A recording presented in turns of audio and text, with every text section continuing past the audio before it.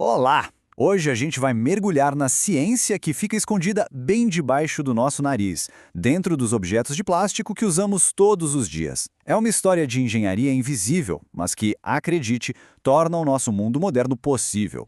Bom, vamos começar com algo que todo mundo conhece, uma lixeira de plástico. Parece uma coisa simples, né? Mas por trás dessa cor super viva e da capacidade dela de não virar um monte de cacos depois de uma queda, aí tem muita ciência envolvida. A grande questão é exatamente essa. Como é que um material que poderia ser transparente, frágil até, se transforma em algo tão colorido e durável? A resposta, olha só, não está no plástico puro, mas naquilo que é adicionado a ele. E aqui está o pulo do gato: os aditivos. Eles são os verdadeiros heróis anônimos dessa história. Os ingredientes secretos que dão aos plásticos os superpoderes que a gente tanto usa e depende no dia a dia. Para a gente entender como essa mágica acontece, primeiro a gente precisa dar uma espiada no que poderíamos chamar de caixa de ferramentas dos engenheiros de materiais. Então, o que são esses aditivos afinal?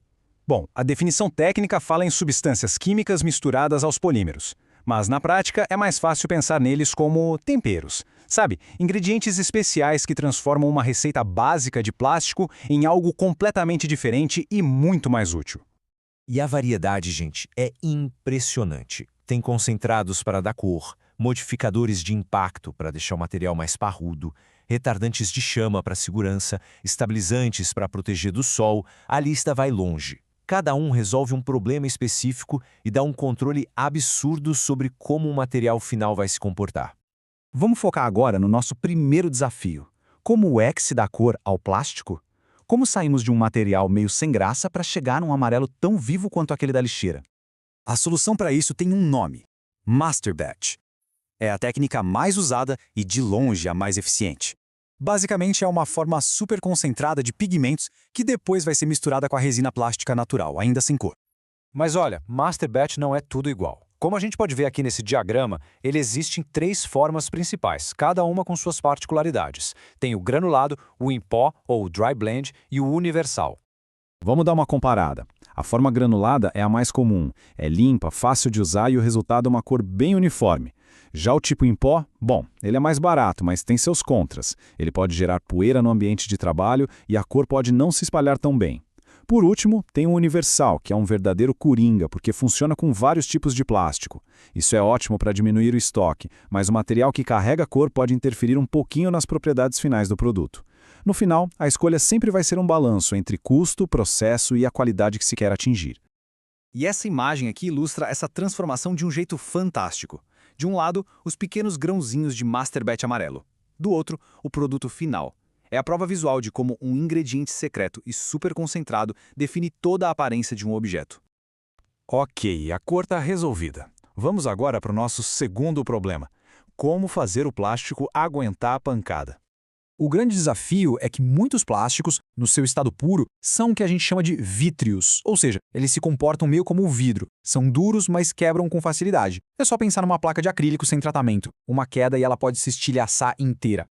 A solução para isso são os modificadores de impacto.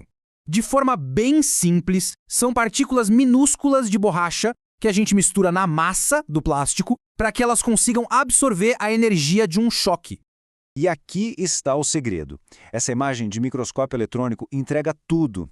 Essas bolinhas que estamos vendo são as partículas de borracha. Elas ficam espalhadas no meio do plástico e quando o objeto leva uma pancada, elas se deformam e absorvem essa energia, evitando que uma rachadura comece e se espalhe. Funcionam como pequenos amortecedores, só que numa escala micro. Mas para isso dar certo, 3 condições são cruciais. Primeiro, a borracha tem que grudar bem no plástico. Segundo, ela não pode se dissolver por completo. Tem que continuar separada, formando aquelas bolinhas que a gente viu. E terceiro, a borracha precisa se manter flexível mesmo quando está frio. Se qualquer uma dessas condições falhar, o efeito todo vai por água abaixo. E a prova de que isso funciona está bem aqui, nesse gráfico.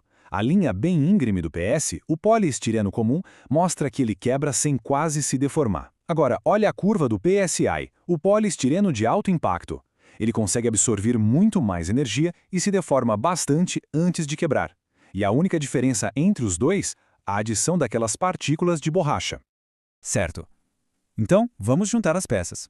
Como é que a cor e a resistência se unem para criar um produto final como o que vimos? Essa frase aqui no slide resume a ideia de forma perfeita. Criar um plástico é como cozinhar em alta tecnologia. Não é só derreter um material base. É uma formulação, é uma receita precisa, onde cada aditivo é um ingrediente essencial. E essa receita segue alguns passos bem claros. Tudo começa com a escolha do plástico base. Depois, entra o master batch para dar a cor, os modificadores para dar resistência, talvez outros aditivos como protetores UV, e no fim, tudo isso é processado sob condições super controladas de temperatura e pressão para criar o objeto que a gente conhece. Então, a grande lição é essa. Da próxima vez que alguém pegar um objeto de plástico que parece simples, vale lembrar que de simples ele não tem nada. Na verdade, ele é o resultado de uma engenharia de materiais super complexa, uma combinação muito cuidadosa de ciência e tecnologia. E isso nos deixa com uma pergunta final. Você tem tanta ciência escondida numa simples lixeira que outras tecnologias incríveis, invisíveis, estão por aí, moldando o mundo ao nosso redor, sem que a gente nem se dê conta. A resposta, muito provavelmente, está em todo lugar que a gente olhar. Quer saber mais sobre os plásticos? Se inscreva no nosso canal. Você será avisado sobre novos vídeos.